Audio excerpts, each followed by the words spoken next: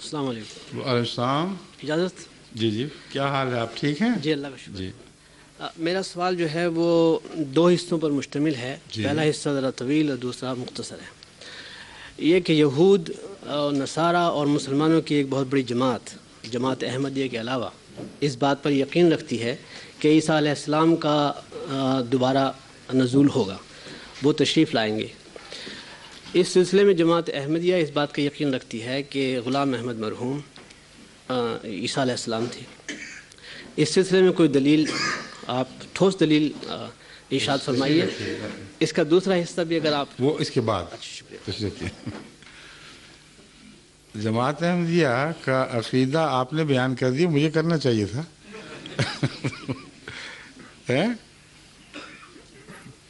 کہتے ہیں پنجابی میں مثل ہے کہ کرو میں آواں تے سنے میں تو دو میں۔ آج وہی بات کی آپ نے۔ جماعت احمدیہ کا یہ عقیدہ نہیں ہے جن الفاظ میں آپ نے بیان فرمایا ہے۔ جماعت احمدیہ کا یہ عقیدہ ہے کہ حضرت عیسیٰ ابن مریم رسول اللہ فوت ہو چکے ہیں، اس لیے حضرت مرزا غلام احمد صاحب وہ ہو ہی نہیں سکتے۔ وہ عیسیٰ مسیح جو حضرت موسیٰ کی امت میں پیدا ہوئے تھے۔ لیکن جو شخص فوت ہو چکا ہو، اگر اس کا نام لے کر کسی اور پر اطلاق کیا جائے تو ساری دنیا کی زبانوں میں اس کا مطلب یہ لیا جاتا ہے کہ اس کی خوبو پر، اس کے اخلاق پر اس سے ملتا جلتا کوئی انسان ہے، نہ کہ خود وہ۔ جیسے آپ کسی اچھے ڈرامہ لکھنے والے کو شیکسپیئر کہہ دیں، کسی شاعر کو غالب کہہ دیں، اور اسی طرح رستم نام بھی مشہور ہے۔ آپ نے پنجاب میں سنا ہوگا، ہندوستان میں، کہ گاما پہلوان، اس گاما کو رستم کہتے تھے، رستم زمان، ساری دنیا کا رستم۔ کوئی پوچھے کہ اس کا نام تو گاما ہے، رستم کہاں سے ہو گیا؟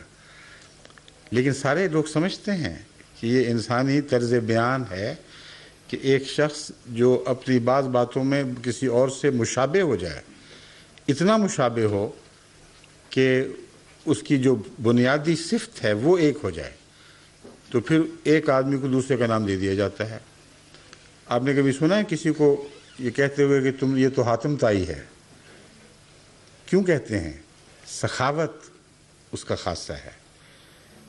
رستم کیوں کہتے ہیں؟ پہلوانی اور بہادری اور دلیری اس کا خاصہ ہے۔ ڈرامٹسٹ کے اپنے خصوصیتیں ہیں، غرضی کے یہ روح ہے جس کے پیش نظر ایک کا نام دوسرے کو دیا جاتا ہے۔ بس سب سے اہم مسئلہ جس کی طرف آپ کو توجہ کرنی چاہیے وہ یہ ہے کہ کیا عیسیٰ علیہ السلام فوت نہیں ہوئے، اور کیا جیسا کہ آپ نے بیان کیا ہے لوگوں کے عقیدے کے مطابق وہ زندہ آسمان پر چلے گئے ہیں یا نہیں۔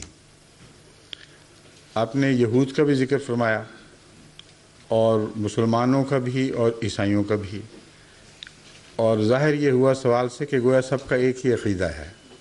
یہ درست نہیں ہے۔ یہود کہتے ہیں کہ پہلا مسیح جس نے آنا تھا وہ ابھی تک آیا ہی نہیں، جانا کہاں تھا اس نے، سمجھے؟ اور عیسائی کہتے ہیں کہ آیا تھا اور صلیب پر مر گیا اور پھر مردوں سے جی اٹھا، اور بطور خدا کے بیٹے کے آئے گا، نبی اللہ کے طور پر نہیں آئے گا۔ بڑا فرق ہے ان عقیدوں میں۔ مسلمان یہ کہتے ہیں کہ صلیب پر چڑھا ہی نہیں، بلکہ اللہ تعالیٰ نے کسی یہودی کو اس کی شکل دے کر حضرت مسیح کی جگہ صلیب پہ چڑھوا دیا، اور فرشتوں نے حضرت عیسیٰ کو اٹھا کر کسی سیارے میں پہنچا دیا ہے جو علماء کے نزدیک چوتھے آسمان میں کہیں واقع ہے، اور 2000 سال ہونے کو آئے، ابھی تک مسیح اس قید تنہائی میں بیٹھے انتظار کر رہے ہیں کہ کب میری ضرورت ہوگی تو مجھے واپس لایا جائے گا۔ یہ ہے مسلمانوں کا عقیدہ، یعنی غیر احمدی مسلمانوں کا۔ اگر یہ عقیدہ درست ہے تو پھر وہی آئیں گے، مرزا غلام احمد ہوں یا کوئی اور ہو، ان کو تمثیلاً بھی مسیح کہلانے کا کوئی حق نہیں ہے۔ اگر وہ فوت ہو چکے ہیں، جیسا کہ ہمارا عقیدہ ہے، ہم قرآن اور سنت اور دوسرے دلائل سے ثابت کرتے ہیں، تو پھر وہ عیسیٰ جو مر کے زمین میں دفن ہو چکے ہوں وہ آسمان سے نہیں اتر سکتے۔ پھر ہر ایسے شخص کی طرح جس کا فوت ہونا یقینی ہو، اس کا نام اگر کسی اور پر استعمال کیا جائے تو وہ ضرور تمثیلی نام ہے، حقیقی اور اصلی نام نہیں ہے۔ یہ ہے اصل فرق جو پہلے آپ کو سمجھنا چاہیے۔